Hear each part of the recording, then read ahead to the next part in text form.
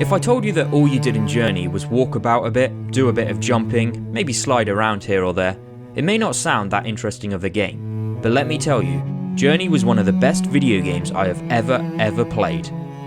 I always bang on about how gameplay is king, and that without good solid gameplay, story and graphics don't mean squat. However, with Journey, that rule went out the window because it provided one of the most beautiful, emotional experiences you'd ever hope for from a video game, something that you're not going to forget. It was all about an unnamed faceless character who you never got to know anything about, and yet the fact that they were just a blank canvas of a protagonist I think added something key to the story. He, or I guess she, started out almost playful, skating along the sand, always heading towards that mysterious mountain in the distance.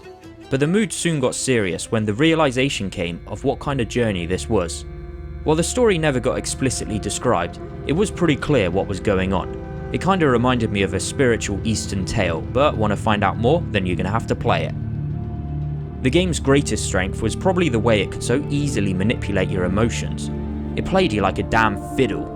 From the high energy, upbeat sections where you would goof about trying to slide through posts, to the dark, gloomy, almost horror-like parts.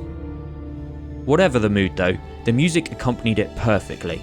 In fact, this is a type of game where you need to be able to hear the music. Don't play it with other music going on or while you're on the phone or anything, because the score here is so vital in driving home the final nail of emotion that missing it would be like missing out on half the game. Even the gentle crunching of the sand soon became like a musical instrument, keeping in time with the rhythm of the orchestra. Now let's talk about the graphics. Every single screenshot was a work of art. Every angle could be a painting hanging on someone's wall, and the subtle palette changes from one area to the next really helped differentiate each part of the adventure. Along the way, you would power up by interacting with various pieces of fabric that floated in the air, which would charge up your scarf and allow you to jump and glide. Special collectibles would lengthen your scarf, allowing you to be able to glide for longer. The controls had a real nice flow about them, making it a joy to handle.